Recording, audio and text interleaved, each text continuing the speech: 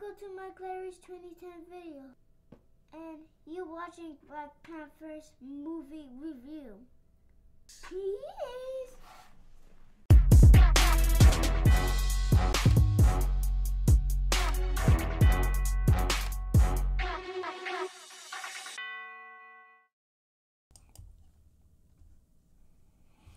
I know this might look a little extra, but it's all good. You know what I mean? You know we gotta be extra with it, but word up. Let's get into it. This is Mike Larry, aka Black Panther. Alright? Let's get into it. Alright. Now I got some notes here.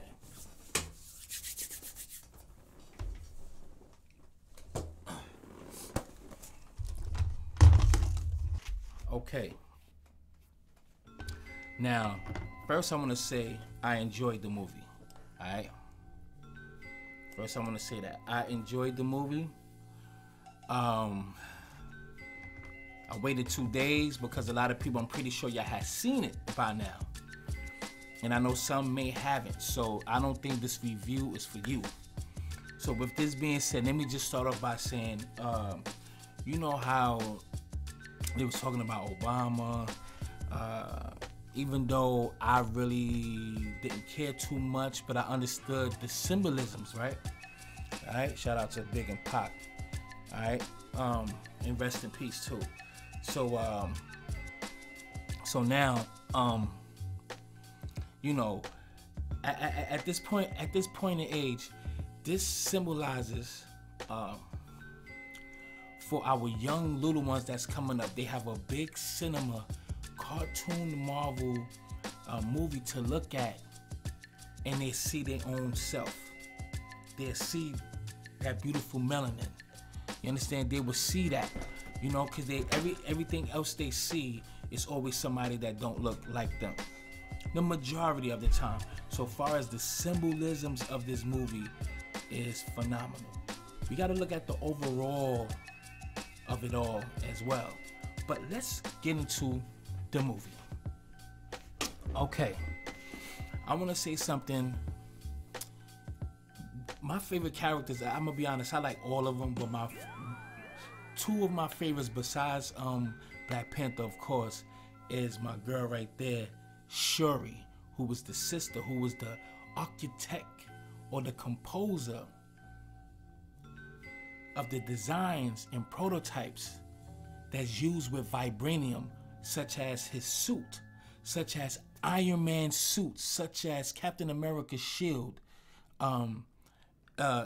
such as Thor's hammer. We're gonna get into some characters later on. Now, when you look at this movie, you're gonna see. Let me say this. I don't know the full storyline of the comic book Black Panther, so I'm not too familiar. I'm gonna be honest. I'm not familiar with that storyline. So the storyline that they're using at this point, far as Killmonger, Eric Killmonger, or Michael B. Jordan that played Killmonger, I don't know if his particular character in that role was in a storyline from 50, 60 years ago. I'm not sure. But all of us on this diaspora here in America, we can relate to how he feels. And basically what he stands for is actually what Fred Hammond stood for, the real Black Panthers, Huey P., you know what I'm saying? And the whole rest of them, Malcolm X, Elijah Muhammad, Khalid Muhammad, MLK, Rosa, so forth and so on, to rise above and fight against the oppressors. That's his whole standpoint. And the thing was that Wakanda had the resources and the artillery and everything and the technology to help the Black Americans that's spread it across the planet to overcome it, overthrow the government, and remain in power. Basically press the reset button like, hey, now we're gonna start this whole world all over, but with us on top. That was Killmonger's whole goal. And it really started because actually Killmonger is the cousin of Black Panther. His father, hope this is not a spoiler alert, so I told y'all at the beginning, don't watch this shit if you haven't seen the movie. Now, Killmonger's father is Black Panther's uncle, and vice versa. Black Panther's father is Killmonger's uncle. Killmonger's father moved to London. He had a child outside of Wakanda, basically in London, had a child, and he knew he couldn't take his child back to Wakanda. He always told Killmonger as a child about it and how beautiful it was. They can't bring him back because they will be outcast because they had a child outside of, their traditional way of living. So they would have been outcast. And something happened between the father, Killmonger's father, and Black Panther's father, who were brothers. Something happened to the point where Black Panther father killed Killmonger's father. And Zuri, who's Forrest Whitaker's character, knew the secret. He knew the secret because the father told him to not tell anybody of that, of that crime or that killing. So, Black Panther had to find out the hard way because Killmonger had took over. And the whole thing is how, hold on, because I wrote some notes. Hold on. Now check this out, because I wrote some notes. Here it goes. Eric Killmonger, played by Michael B. Jordan, plays a part that's exactly like us. You know what I mean? The people that's oppressed, beaten, murdered, lynched, killed by police, school to jail pipeline. You understand? But our people from the motherland has the technology, which is vibranium, the most precious metal, the hardest metal ever. And it comes with a lot of powers and stuff like that when you use vibranium and what you use it for. That can liberate over 2 billion black people that spread across the world, so we could rise up against the oppressors and rule the world the right way. But the people of Wakanda choose not to. So Killmonger, who was actually a cousin of Black Panther, he teams up with a white colonizer just to make it to Wakanda to take the throne. Now, this is crazy because the very people in this movie who can liberate themselves from being oppressed in this movie is made the villain. Killmonger is made the villain. You see that? Khalid Muhammad was made a villain. Elijah Muhammad was made a villain. Malcolm X was made a villain. The Black Panthers were. How the hell Black Panthers are villains when they basically form an organization to protect themselves from being beaten and hurt and murdered by police and racist white people?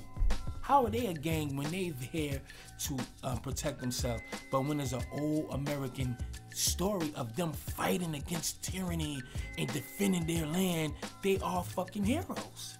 It's all the same thing. But we are labeled as the villain. So this particular character, this particular storyline, as far as Killmonger, which is a great storyline, which I'm glad Ryan Coogler added to this movie, because this is highlighted in the most popular Marvel movie ever. So this storyline will live on forever and ever. So this is good that that type of storyline was in this particular movie. We need to think about the importance, the well-rounded, the global appearance and scheme of things of this storyline. It's important that this was put inside this Black Panther. You understand what I'm saying? But it's so effed up that they choose to place this guy as a villain, when indeed this is what me and you face at this very moment when you listening to this review. You know? Now look, the Black Panther didn't want the people in Americas and other black countries get a hold of the vibranium, because the more vibranium that's around the world, it can make them vulnerable to be overthrown themselves.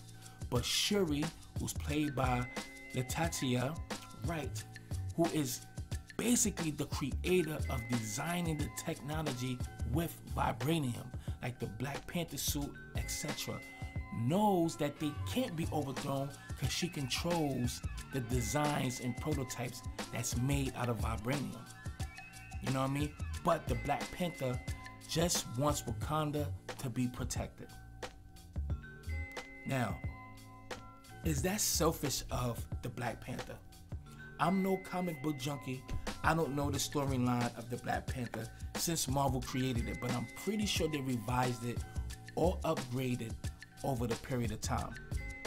Who wanted that storyline to exist? And I think it was important. Now, Wakanda holds the key to our oppression, and they choose to let blacks in America suffer under the hands of white supremacy. Now, that's a subliminal message in this movie, because that really doesn't get addressed in this movie, because Killmonger gets killed, or he dies, he kills him. He does an honorary death, because before his death, here's was his quote. He said, "Just bury me in the ocean where my ancestors jumped from a ship. Death is better than bondage." That was real deep. That scene right there. That was very deep. Now, that was a subliminal message in that movie. You know what I mean? But it's not addressed. I think it gets addressed somewhat towards the end. I don't want to say too much to give y'all too much, because some people who may look at this may not have seen it. Even if I give you everything, you still should see it, because the graphics is fucking crazy. Everything about it is crazy. There's some reviews where some white people said they got beat up and jumped at the premiere. Lies. Come to find out, the pictures that they put up was very, very old from a total different incident. So it seemed like they don't want us to be happy. All of us took pride in this. And why not? Rightfully so. Take pride in that. But don't be blinded or be a dickhead behind this, because at the end of the day, this is still being funded by a white establishment. Just being controlled more with black hands and black ideologies and black views. Let's not be dumb, but let's just look at the symbolic thing about it, because our children need to see this type of shit. They need to look at this movie, because this is very, very, very important in a lot of ways. Just don't be saturated with it to the point where you're like, "Thank you, Master, I'm so happy. Yeah, it's over. Racism is over. They put an all black cast." Now, if you think that, you're a fucking idiot. Don't drink too much of the juice, but just understand the importance of this movie, because this movie is very important. Now, what I liked, I'm going to get into the characters as well, but the way they kept the African tradition in this movie. Ryan Coogler did a great job by keeping the essence of African cultures, because he went to South Africa. They went to different countries and studied different countries, their dialect, they clothing, their garments, certain rituals with certain things. So they put a whole lot to this. But the way they prayed to the ancestors, and then they had a ritual. When you become king, you had to drink a potion that you pick from a flower in the garden, right? It's like a Black Panther magical potion, right? And when you drink it, they crush it up and and put something in it and turn it to basically a potion, right? And when you drink it, it actually makes you astral plane to the ancestral realm.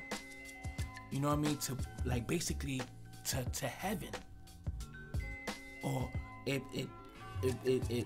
takes you through a portal to heaven, basically, to the ancestral realm, to where, as you can see, your family and the ones who left before you, your ancestors. It actually sends you there, and when it sends you there, it shows you the whole African flat plains. You know what I'm saying, with the trees, and it's peaceful, and you see the people there, they living amongst peace, no trouble, no war, no nothing. So they kept that because that's a old, since days of old, that's an African tradition, because they always knew about or talked about the afterlife, the ancestors, the ones who came before them. You know what I mean? That you will see them in the next life. Like this old cultural practices and oral traditions is being played out in this movie. So he kept the essence of what it was. They had the African drums. They did the little rituals when you're about to fight. Like that whole shit was so Africanized. It's not even funny. That was really great about that movie. It was really empowering. I think you should have all your kids see that, even the grown-ups. If you're not into Marvel, you better get into this. That everything about this shit was dope, right? Now,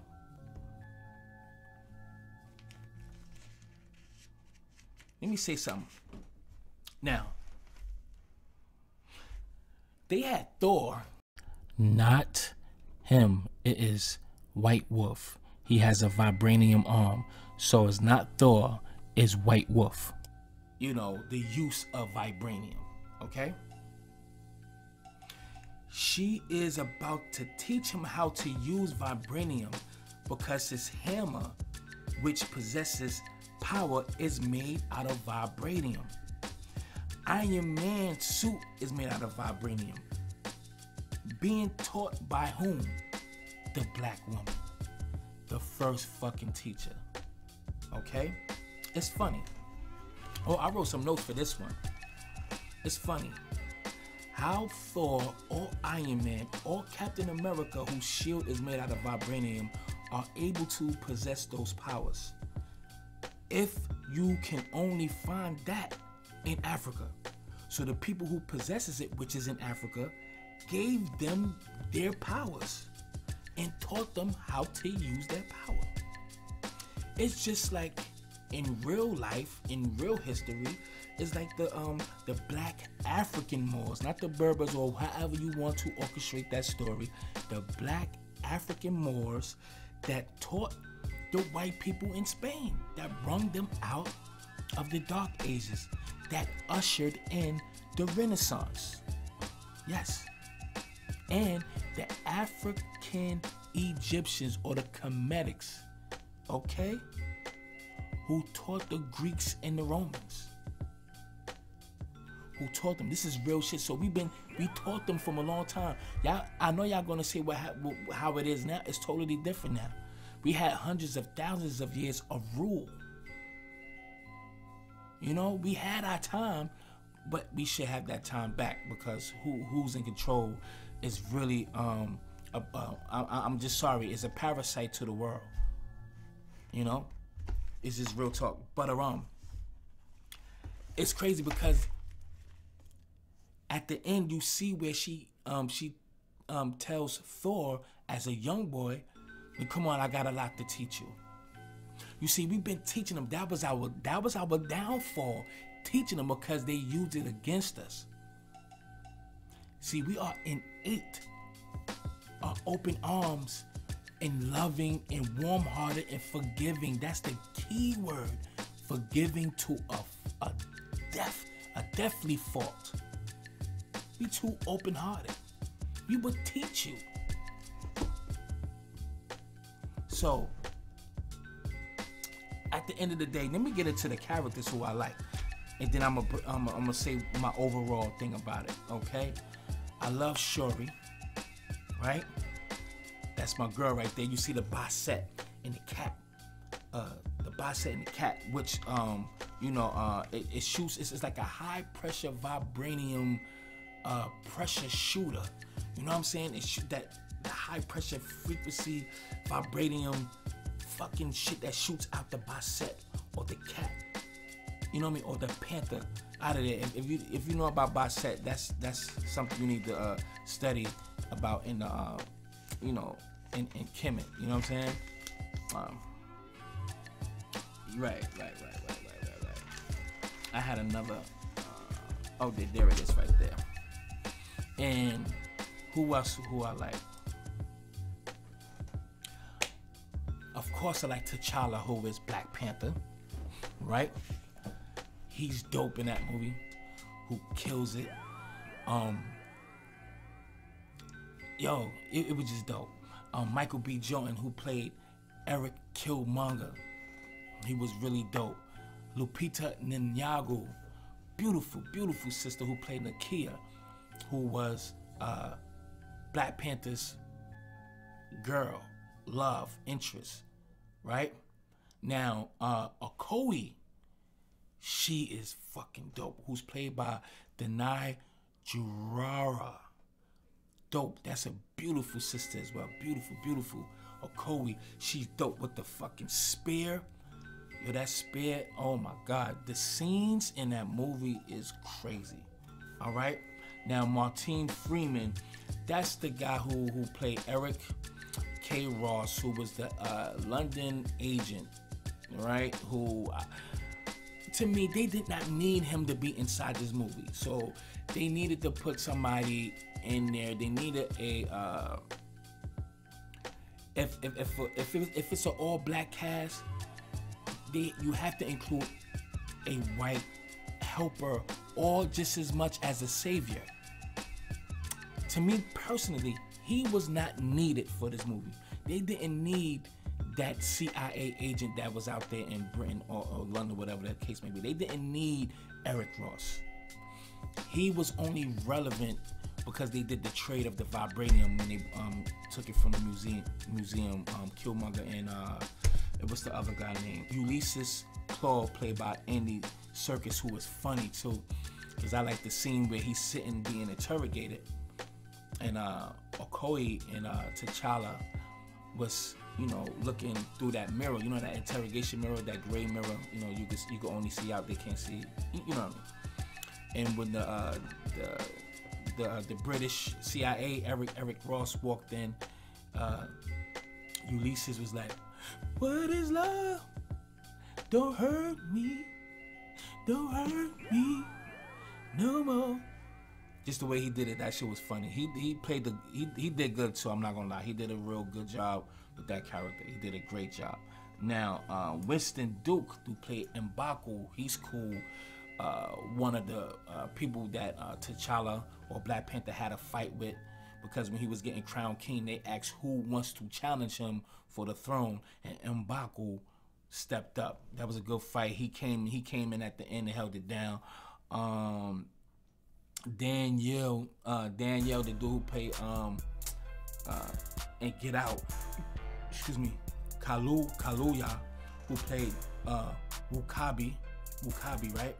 He was a cousin, and he basically was a traitor, but came back though. He kind of traded. He was a little traitor. He was, I guess, he was part of the security defense, like, you know what I mean, like the defense part of the, you know, the people of Wakanda. Basically, he handled the security part, whatever. He turned coats and had, what's his name, Killmonger, you know, get in or bring him to the to T'Challa. You know what I'm saying? But anywho, to help take over. But anyway, he played a good part too. He did good. He had an important part. Latatia Wright, that's Shuri. Yeah, she killed it. Sterling and Jobu, I think that's when they played. That was Killmonger's father. Angela Bassett, who played Ramonda, beautiful sister. She still look good. She's like 60 something. She looked better than a lot of these women out here that's 30. Angela Bassett, she's bad. Forrest Whitaker, who was the gatekeeper, who was the secret keeper. You know what I mean? He held that secret because what's his name? Michael B. Jordan, or Killmonger. His father is Black Panther's uncle. I think I already said this. This is my second time doing this. So So this is a do-over. So if I haven't said it, I'm gonna say it again now. Killmonger's father is Black Panther's uncle, and vice versa. Black Panther's father is Killmonger's uncle, and Killmonger's father had moved to London. He left Wakanda, and he had a I think he went out there for like business purposes or something like that, and he wound up staying and getting a black woman pregnant, and they had Killmonger, aka Michael B. Jordan, and he couldn't take his son back to Wakanda because they would be outcast because he had a child outside of his Wakandians. You know what I mean? You understand what I'm saying? So he would get shunned. So that's why he never went back. He always told Killmonger as a child that Wakanda is a beautiful place, and one day and someday I will take you. You understand what I'm saying? So it was really crazy because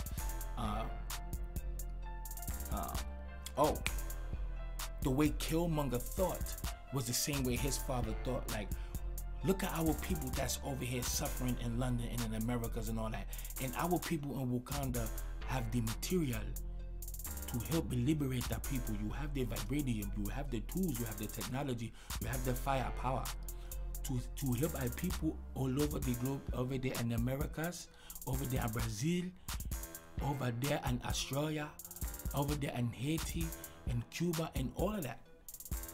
And we choose to don't help these people, they let them die. So they had an argument because Black Panther father was there.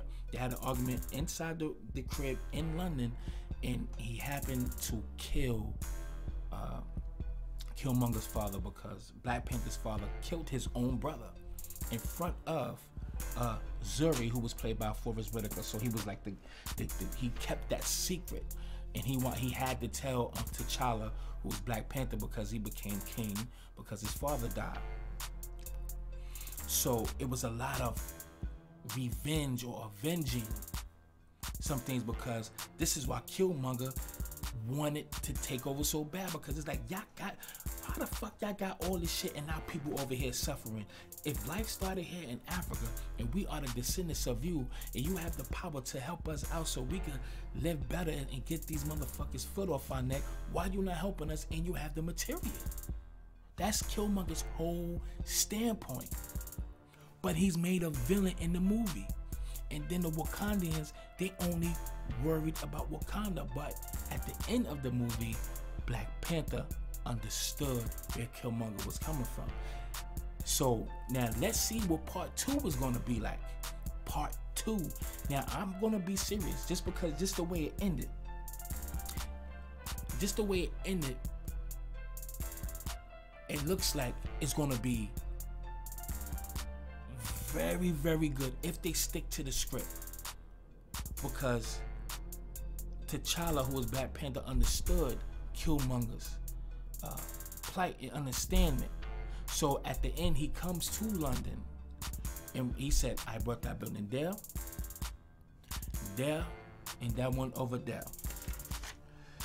He said that he's setting up a Wakanda's first international operation outreach center, and Shuri is going to be head of the science information. So Shuri, again, who is the one who created his Black Panther suit, who got the Basset or the Panther, it is the Basset, the high pressure vibranium pressure shooter. You know what I mean? And is she gonna teach the African people, the Africans, the black people that's in London and across America in part 2, to teach them about the vibranium, or they gonna relay all the stuff to, or help the elites? Knowing Wakanda and Black Panther, they hold the tools, the jewels, and the key to free us. Now, we might not get a part 2 in another 20 years, don't you hear me? So we better just be happy right now, you know? Because they're gonna have to stick with that storyline unless they just want to change it up. If we apply pressure, we will be able to get a Black Panther within the next 5 years. Okay, within the next 5 years, we should have another Black Panther. If we apply the pressure, I think they should. And Ryan Coogler should be the director and writer as well. So this thing is pretty good. Now, in my conclusion, and overall, this thing has culture, wealth, highest of technology, like light years ahead of technology. Strength, Black African women in strong positions, not being belittled and treated like a fucking skank. You know what I'm saying? Everything about this movie was on point. The graphics, the fighting scenes, the costumes was crazy. The weapons was fucking crazy, man. And again, because these is my notes, and Shuri, the Basset or the Panther with the high vibranium pressure beam shooter, that was one of my favorite weapons. Crazy. And then the remote control with the car. Like, this movie outdoes all the other Marvel movies, because if Wakanda is the founder of this high power technology, and because in Wakanda, that technology that they have is so many light years than the regular people in the States.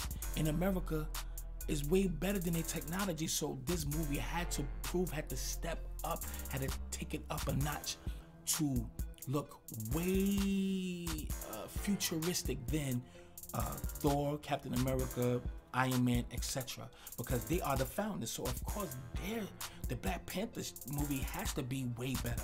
And it is way better. Everything about that shit looks way better than the Iron Man shit and the rest of them. The technology is crazy in that movie. So even if you haven't seen this movie and you're hearing me now, still go watch it. I was snowed in. I downloaded it. Keep it a buck. But I'm going to the movies to watch it. I guarantee I'm going next. Well, yeah, next week. Coming up. I'm going because I want to get that whole feel. So I'm going. But yeah, man, this movie here was a jewel. And what else I put in here? Oh yeah, they had the elders in the scene where they oversee, they have their wisdom, you know what I mean? So they was, you know, they give you that overstanding balance and wisdom and views. You know what I mean? Like that oral tradition, like how the African cultural oral tradition that's passed down. Like that whole thing, the whole fucking movie is African based. As far as the spirituality, the practices, everything. That movie did not miss a beat. It really didn't, man. I'm really proud of this movie. This is a real good movie. Like I said, don't let it get you big-headed. This is a fictional movie, but the subliminal message is the most important. How you see yourself. There's not one weak moment in nobody in that motherfucking movie. Everything was on point. All the actors did their thing. Some, I read a negative comment under this movie where it says like the fighting moves was lame or whatever the case may be. The fighting scene at first, because I watched it, like I'm gonna watch it again tonight too. It got humor in it. It's real. It got some good humor in there too. You just gotta pick up on it. Damn, I lost my point. Oh yeah, the person. I looked at the movie like twice. I looked at the fighting moves. I had to look at it again, because at first I thought they was too slow with the move, just a little bit. I said, you know what? Because I wasn't really trying to watch it. I was skimming over it. So when I watched it for the second time, I really paid attention. I'm focused on it. Because I'm taking notes now, so I have to stay focused. So I'm looking at the scenes, the fighting scenes. It's dope. They ain't miss a beat. They did very good. And my girl Okoye, the girl with the spear, she don't play no games, fam. Oh man, this movie right here, it's a classic. I can't wait till this shit is on DVD. I love this movie. I'm not gonna lie. This is a beautiful, beautiful, beautiful movie, man. Let me know what you think about this review, man. This was beautiful. This was very beautiful, man. This is Mike Larry. Please subscribe to my channel, Mike Larry 2010. Just go into the search engine on YouTube and put in Mike Larry 2010. You're gonna see 2 YouTube channels. Subscribe to both. The one with the highest subscribers, that's the one I put videos on, and the other one is where I do my live streams on. So please subscribe to both. Don't forget to click that bell for notification. If you want to be a patron on my Patreon, please go to my Patreon. Everything is in the description box. Let me know what you think. How do you like this review? A thumbs up or a thumbs down? It doesn't matter. Y'all gonna do what y'all feel like anyway. So yeah, I'm out of here, man. This is Mike Larry, man. Mike Larry 2010. And I'm out.